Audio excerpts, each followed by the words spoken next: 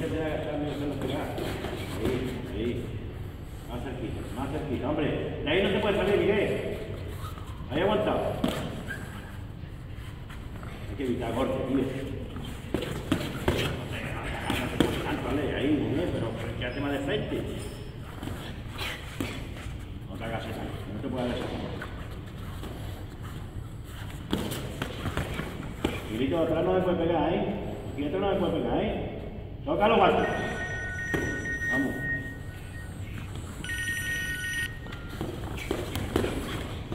Bien, pero sé que te lo haces, tío. No te vayas tanto. Ay, está bien. No te vayas tanto. Te apunta bien. Antes, Ale. Tienes que responderle antes, Ale. Aquí está.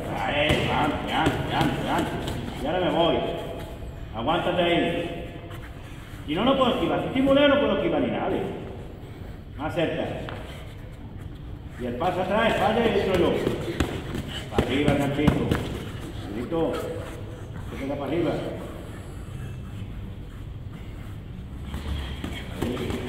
Arriba y evitar golpes.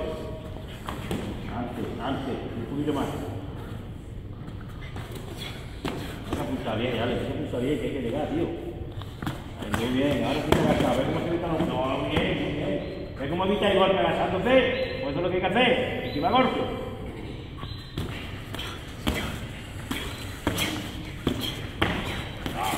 A ver. Venga. Vamos.